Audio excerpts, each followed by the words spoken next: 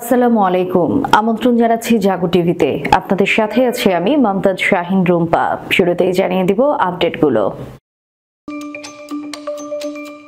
Israeli কমান্ডারদের পদত্যাগের হিড়িক, বিপাকে নেতানিয়াহুর সরকার, তালিকা প্রকাশ করে ইসরায়েলি পত্রিকার বিস্ফোরক প্রতিবেদন। বিশ্বের সর্বাধুনিক যুদ্ধ বিমান তৈরি করতে যাচ্ছে পাকিস্তান, সহায়তা করবে তুরস্ক।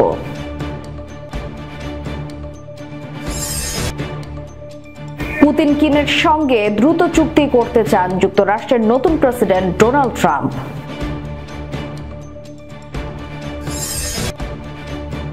ট্রাম্প প্রেসিডেন্ট থাকলে ইউক্রেন যুদ্ধ বাধাত না, মন্তব্যে পুতিন। ট্রাম্প নিয়ে ভারত জুড়ে শঙ্কার মেঘ, বাংলাদেশ ইস্যুতে মোদী সরকারের নাক গলানো কমবে কি? পাকিস্তানের রাজনৈতিক অচলাবস্থা বাড়ছে, আলোচনা থেকে সরে গেল ইমরান খানের পিটিআই। দর্শক শুনছিলেন শিরোনাম, এবারে থাকছে বিস্তারিত সংবাদ। ইসরায়েলি কমান্ডারদের মধ্যে পদত্যাগের হিড়িক পড়েছে, তালিকা দিনে দিনে বড় হচ্ছে। এই নিয়ে নতুন বিপাকে নেতানিয়াহু সরকার, তালিকা প্রকাশ করে ইসরায়েলি পত্রিকা বিস্ফোরক প্রতিবেদন ছাপিয়েছে। গাজা যুদ্ধে ব্যর্থতার দায়ে ইসরায়েলি সেনা কর্মকর্তাদের মাঝে পদত্যাগের হিড়িক পড়েছে। এরই মধ্যে পদত্যাগ করেছেন সেনাপ্রধান জেনারেল হারজি হালেভি, সাউদার্ন বা গাজা কমান্ডের প্রধান মেজর জেনারেল ইয়ারন ফিকেলম্যান, গাজা বিভাগের কমান্ডার আভি রোজেনফেল্ড, সামরিক গোয়েন্দা বিভাগের প্রধান আহারন হালিভা, গোয়েন্দা ইউনিট ৮২০০ এর কমান্ডার ইয়োসি সারিয়েল এবং গাজা উপত্যকার উত্তর ব্রিগেডের কমান্ডার হাইম কোহেন। ইসরায়েলের সবচেয়ে বড় সংবাদপত্র ইয়েদিওথ আরনোহদ গাজা যুদ্ধের আগে এবং তারপরে ব্যর্থতার কারণে পদত্যাগকারী ইসরায়েলি সামরিক কর্মকর্তাদের তালিকা প্রকাশ করেছে। পত্রিকাটির মতে, হালেভি এক বিশৃঙ্খল সময়ে ইসরায়েলি সেনাবাহিনীর প্রধান হিসেবে দায়িত্ব গ্রহণ করেন এবং একটি অন্তর্বর্তীকালীন প্রশাসন তাকে নিয়োগ করে। তিনি এমন এক সময় দায়িত্ব গ্রহণ করেন যখন চিফ অফ স্টাফ রাজনৈতিক মহলের সাথে সংঘর্ষে লিপ্ত ছিলেন এবং বিচার বিভাগের সংস্কার নিয়ে বিতর্কের মধ্যে ছিলেন, যা ইসরায়েলকে অস্থিতিশীল করে তুলেছিল এবং ইসরায়েলি সমাজে গুরুতর বিভাজন তৈরি করে। ২০২৩ সালের ৭ অক্টোবর হামাসের আকস্মিক অভিযান মোকাবেলায় ইসরায়েলি সেনাবাহিনী শোচনীয়ভাবে ব্যর্থ হয়। এর মধ্য দিয়ে ইসরায়েলি বাহিনীর অজেয় থাকার মিথ্যাকে মারাত্মকভাবে ভেঙে দেয় ফিলিস্তিনি ইসলামী প্রতিরোধ আন্দোলনের যোদ্ধারা। বিশ্বের সর্বাধুনিক বলে বিবেচিত পঞ্চম প্রজন্মের যুদ্ধ বিমান তৈরি করতে যাচ্ছে পাকিস্তান, সহায়তা করবে তুরস্ক। পার্ক তুর্কি অষ্টম শিল্প প্রদর্শনীর এক আলোচনা সভায় এই বিষয়ে কথা বলেন তুরস্কের প্রতিরক্ষা মন্ত্রী ইয়াসার গুলার। তিনি বলেন, পঞ্চম প্রজন্মের তুর্কি যুদ্ধ বিমান কান উৎপাদনে অংশগ্রহণে পাকিস্তানের সাথে একটি চুক্তি স্বাক্ষর হয়েছে, যা চূড়ান্ত হওয়ার পথে। এর আওতায় একটি যৌথ কারখানা স্থাপন করা হবে। এতে পঞ্চম প্রজন্মের কান যুদ্ধ বিমান তৈরি করা হবে। তুরস্কের কাছে থাকা F-16 এর জায়গায় এবং আমেরিকার F-35 এর বিকল্প হিসেবে এতে উৎপাদিত পঞ্চম প্রজন্মের যুদ্ধ বিমানগুলো ব্যবহৃত হবে। তিনি আরো বলেন, এই যৌথ প্রকল্প দেশের বিমান বাহিনীকে উন্নত যুদ্ধ বিমান সমৃদ্ধ করে তুলতে এবং দেশের প্রতিরক্ষা সক্ষমতা বাড়াতে সহায়তা করবে। একই সাথে পাকিস্তানের আকাশ প্রতিরক্ষা সক্ষমতাও উন্নত হবে। তাদের ফাইটার জেট ইঞ্জিনিয়ারিং দক্ষতা বৃদ্ধি পাবে। তারা দেশীয় প্রযুক্তির উন্নত ফাইটার জেট তৈরিতে সক্ষম হয়ে উঠবে। এছাড়া বলেন, এটি দুই দেশের প্রতিরক্ষা সহযোগিতার ক্ষেত্রে মাইলফলক হয়ে থাকবে। দুই দেশকেই অর্থনৈতিক এবং প্রযুক্তিগতভাবে লাভবান করবে। সংবাদ মাধ্যমের তথ্য মতে, জানুয়ারির শুরুতে পাকিস্তানে অষ্টম পাক তুর্কি শিল্প প্রদর্শনীর একটি আলোচনা সভা অনুষ্ঠিত হয়। এতে দুই দেশের ৩২টি প্রতিষ্ঠানের প্রতিনিধিরা অংশগ্রহণ করেন। সভায় কান যুদ্ধ বিমান তৈরিতে পাকিস্তানের অংশীদারিত্ব চূড়ান্ত করতে আলোচনা হয়। উল্লেখ্য, পঞ্চম প্রজন্মের যুদ্ধ বিমান বর্তমান বিশ্বের সর্বাধুনিক প্রযুক্তির যুদ্ধ বিমান বলে বিবেচিত হয়ে থাকে। শুধুমাত্র আমেরিকা, চীন এবং রাশিয়া এতদিন পঞ্চম প্রজন্মের যুদ্ধ বিমানের অধিকারী ছিলেন। পঞ্চম প্রজন্মের আমেরিকান F-35 নির্মাণের সহায়তা করার পরিবর্তে তা তুরস্কের কাছে বিক্রির কথা থাকলেও আমেরিকা দেশটির সাথে বিশ্বাসঘাতকতা করে বসে। তুরস্ক এর বিকল্প হিসেবে নিজস্ব প্রযুক্তির পঞ্চম প্রজন্মের যুদ্ধ বিমান কান তৈরিতে সফল হলেও F-35 পাওয়ার চেষ্টা এখনো অব্যাহত রেখেছে। 2023 সালের শেষ দিক থেকে এর বিভিন্ন পরীক্ষা নিরীক্ষা চালিয়ে যাচ্ছে তুরস্ক এবং সব পরীক্ষাতেই বিমানটি সফল হয়। বর্তমানে নিজ বিমান বাহিনীর ব্যবহারের স্বার্থে এবং বাণিজ্যিক উৎপাদনের জন্য চেষ্টা চালিয়ে যাচ্ছে দেশটি এবং উৎপাদনের ক্ষেত্রে পাকিস্তানকে অংশীদার করে নেয়। সূত্র মিডল ইস্ট মনিটর। টেলিভিশনে সম্প্রচারিত এক সাক্ষাৎকারের দ্বিতীয় অংশে প্রেসিডেন্ট ডোনাল্ড ট্রাম্প দাবি করেছেন যে রাশিয়া ও ইউক্রেনের মধ্যে প্রায় 3 বছর ধরে চলা যুদ্ধ, যা 2022 সালে মস্কোর বাহিনী আক্রমণ শুরু করার সময় শুরু হয়েছিল, তার জন্য দায়ী ইউক্রেনের প্রেসিডেন্ট ভলোদিমির জেলেনস্কি, কারণ তিনি রাশিয়ান সৈন্যদের আক্রমণ শুরু করার আগে আত্মসমর্পণ করতে ব্যর্থ হয়েছিলেন। বৃহস্পতিবার হ্যানিটির অনুষ্ঠানে সম্প্রচারিত ফক্স নিউজের উপস্থাপক সন হ্যানিটির সাথে একটি পূর্ব রেকর্ডকৃত সাক্ষাৎকারে ট্রাম্প এই বিস্ফোরক মন্তব্য করেন। ইউক্রেনীয় যুদ্ধ আরো দীর্ঘস্থায়ী হলে রাশিয়ার উপর শুল্ক আরোপের ট্রাম্পের হুমকি সম্পর্কে হ্যানিটি জিজ্ঞাসা করার পর ট্রাম্প প্রতিক্রিয়া জানিয়েছিলেন যে জেলেনস্কির যথেষ্ট শিক্ষা হয়েছে এবং রাশিয়ার প্রেসিডেন্ট ভ্লাদিমির পুতিনের সাথে মীমাংসা করতে চান। তিনি বলেন, জেলেনস্কি কোনো দেবদূত নন এবং এ যুদ্ধ ঘটতে দেয়া উচিত হয়নি, যদিও রাশিয়াই আগে ইউক্রেন আক্রমণ করেছিল। প্রথমত, জেলেনস্কি অনেক বড় একটি সত্তার সাথে লড়াই করছিল, ঠিক আছে, অনেক বড়। যখন তিনি এত সাহসী কথা বলেছিলেন, জেলেনস্কি অনেক বড়, অনেক শক্তিশালী এবং সত্তার সাথে লড়াই করছিলেন। ট্রাম্প দাবি করেন তার এটা করা উচিত হয়নি, কারণ আমরা একটি চুক্তি করতে পারতাম। ট্রাম্প আরো বলেন যে তিনি যদি জেলেনস্কির অবস্থানে থাকতেন তবে তিনি এত সহজেই এই চুক্তি করতে পারতেন। ট্রাম্প দাবি করেন যে ইউক্রেনীয় নেতাই শত্রুতার সিদ্ধান্ত নিয়েছিলেন, যদিও পুতিনও 1994 সালের চুক্তি লঙ্ঘন করে ইউক্রেনে আক্রমণের নির্দেশ দিয়েছিলেন।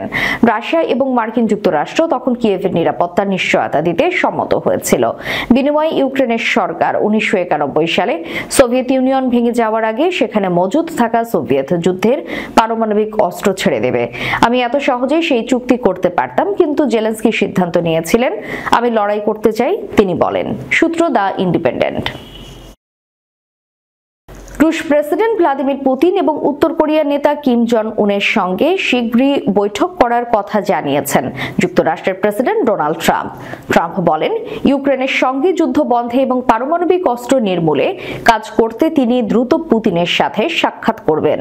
সুইজারল্যান্ডের দাভোস শহরে ওয়ার্ল্ড ইকোনমিক ফোরামের চলমান সম্মেলনে এক ভিডিও বার্তায় ট্রাম্প বলেন, আমি সত্যিই চাই শীঘ্রই পুতিনের সঙ্গে দেখা করে যুদ্ধ বন্ধ করে। ট্রাম্প বলেন, অর্থনীতির দৃষ্টিকোণ থেকে নয় বা অন্য কিছু দিক থেকে নয়, এই যুদ্ধে লাখ লাখ জীবন নষ্ট হচ্ছে এই দৃষ্টিকোণ থেকে। আমাদের সত্যি সেই যুদ্ধ বন্ধ করতে হবে। পরে হোয়াইট হাউসে ট্রাম্প সাংবাদিকদের বলেন, যত দ্রুত সম্ভব তিনি পুতিনের সঙ্গে দেখা করবেন। পুতিন বলেন, আমি শুনেছি পুতিন আমার সঙ্গে দেখা করতে চান, আমরা যত দ্রুত সম্ভব তা করব। যুদ্ধক্ষেত্রে সেনারা মারা যাচ্ছে। দাভোসে বক্তৃতায় ট্রাম্প আরো বলেন, ইউক্রেনের প্রেসিডেন্ট জেলেনস্কি বলেছেন তিনি যুদ্ধ বন্ধে চুক্তি করতে চান। যুক্তরাষ্ট্রের মধ্যস্থতায় একটি শান্তি চুক্তির খসড়া তৈরি হচ্ছে। এদিকে উত্তর কোরিয়ার নেতা কিম জন উনকে স্মার্ট গাই বা বুদ্ধিমান ব্যক্তি বলে উল্লেখ করেছেন মার্কিন প্রেসিডেন্ট ট্রাম্প। এর আগে তিনি কিমের সঙ্গে 3 বার বৈঠক করেছিলেন। নতুন করে প্রেসিডেন্ট হিসেবে দায়িত্ব নেওয়ার পর আবার কিমের সঙ্গে বৈঠক করার ইচ্ছা প্রকাশ করেছেন তিনি। গত বৃহস্পতিবার এক সাক্ষাৎকারে ট্রাম্প এ কথা বলেন। 2017 থেকে 21 সাল পর্যন্ত ট্রাম্প পূর্ববর্তী প্রশাসনে কিমের সঙ্গে রিপাবলিকানদের বিরল কূটনৈতিক সম্পর্ক ছিল, কিন্তু উত্তর কোরিয়ার সঙ্গে পারমাণবিক কর্মসূচি বন্ধ করা নিয়ে কোনো চুক্তি করতে পারেনি ওয়াশিংটন। ফক্স নিউজে দেওয়া সাক্ষাৎকারে ট্রাম্পকে প্রশ্ন করা হয়েছিল তিনি আবার কিমের সঙ্গে আলোচনা করবেন কিনা।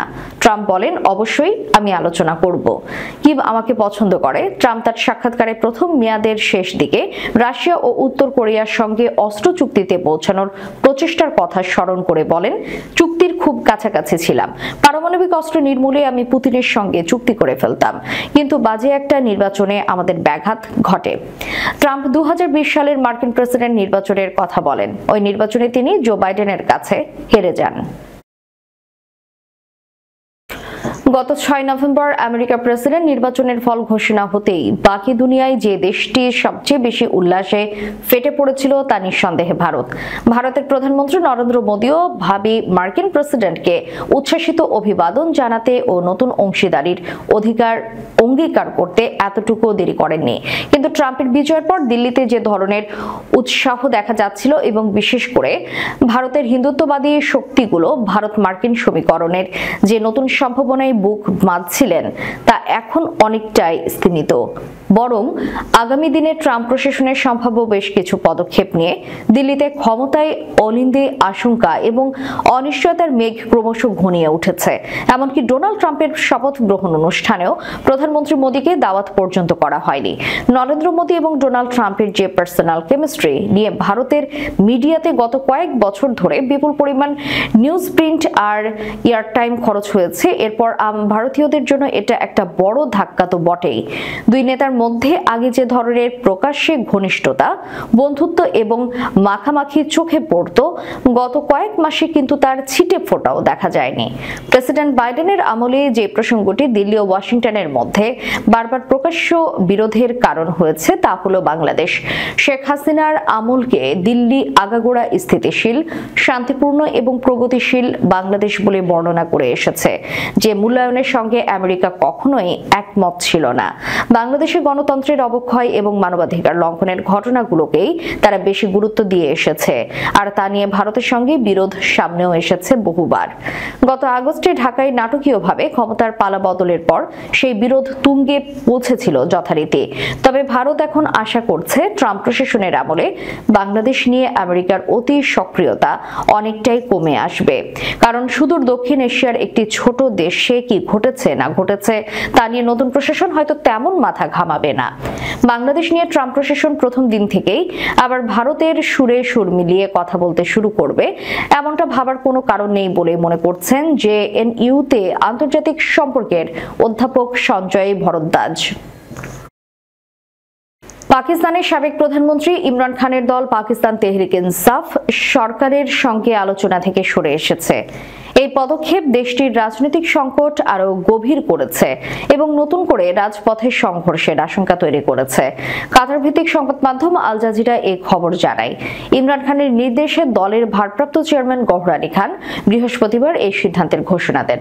রাওয়ালপিন্ডির আদিয়ালা কারাগারের বাইরে সাংবাদিকদের তিনি বলেছেন, সরকার পিটিআই দাবিগুলো মেনে নিতে ব্যর্থ হওয়ায় আলোচনা বন্ধ করা হয়েছে। গওহর খান বলেন, 2 দিনের গুরুত্বপূর্ণ ঘটনাগুলো তদন্তে বিচার বিভাগীয় কমিশন গঠনের দাবি ছিল আমাদের প্রধান শর্ত, কিন্তু সরকার তা নিয়ে কার্যকর কোনো পদক্ষেপ গ্রহণ করেনি। অন্যদিকে সরকার বলছে, আলোচনার সময় সীমাবদ্ধতার মধ্যেই তারা জোট সঙ্গীদের সঙ্গে পরামর্শ করেছিল। সরকারের প্রতিনিধি ইরফান সিদ্দিকী পিটিআইয়ের সিদ্ধান্তকে আকস্মিক এবং হতাশাজনক বলে মন্তব্য করেছেন। 2022 সালের এপ্রিলে অনাস্থা ভোটের মাধ্যমে ইমরান খানের সরকার পতনের পর থেকে পাকিস্তানের রাজনৈতিক উত্তেজনা ক্রমাগত বেড়েছে।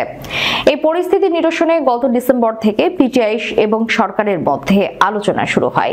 আলোচনার প্রথম 3 দফায় পিটিআই 2টি বিচার বিভাগীয় কমিশন গঠন এবং রাজনৈতিক বন্দীদের মুক্তির দাবি তোলে, কিন্তু আলোচনার অগ্রগতি না হওয়ায় পিটিআই বৃহস্পতিবার আলোচনা থেকে সরে দাঁড়ালো। দর্শক, শেষ করার পূর্বে সংবাদ শিরোনামগুলো জানিয়ে দিব আরো একবার। ইসরায়েলি কমান্ডারদের পদত্যাগের হিড়িক, বিপাকে নেতানিয়াহুর সরকার, তালিকা প্রকাশ করে ইসরায়েলি পত্রিকার বিস্ফোরক প্রতিবেদন। বিশ্বের সর্বাধুনিক যুদ্ধ বিমান তৈরি করতে যাচ্ছে পাকিস্তান, সহায়তা করবে তুরস্ক।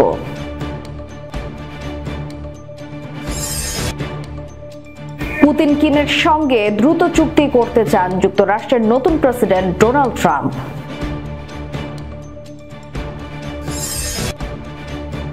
ট্রাম্প প্রেসিডেন্ট থাকলে ইউক্রেন যুদ্ধ বাধাত না, মন্তব্যে পুতিন। ট্রাম্প নিয়ে ভারত জুড়ে শঙ্কার মেঘ, বাংলাদেশ ইস্যুতে মোদী সরকারের নাক গলানো কমবে কি? পাকিস্তানের রাজনৈতিক অচলাবস্থা বাড়ছে, আলোচনা থেকে সরে গেল ইমরান খানের পিটিআই। এতক্ষণ আমাদের সাথে থাকার জন্য ধন্যবাদ। আল্লাহ হাফেজ।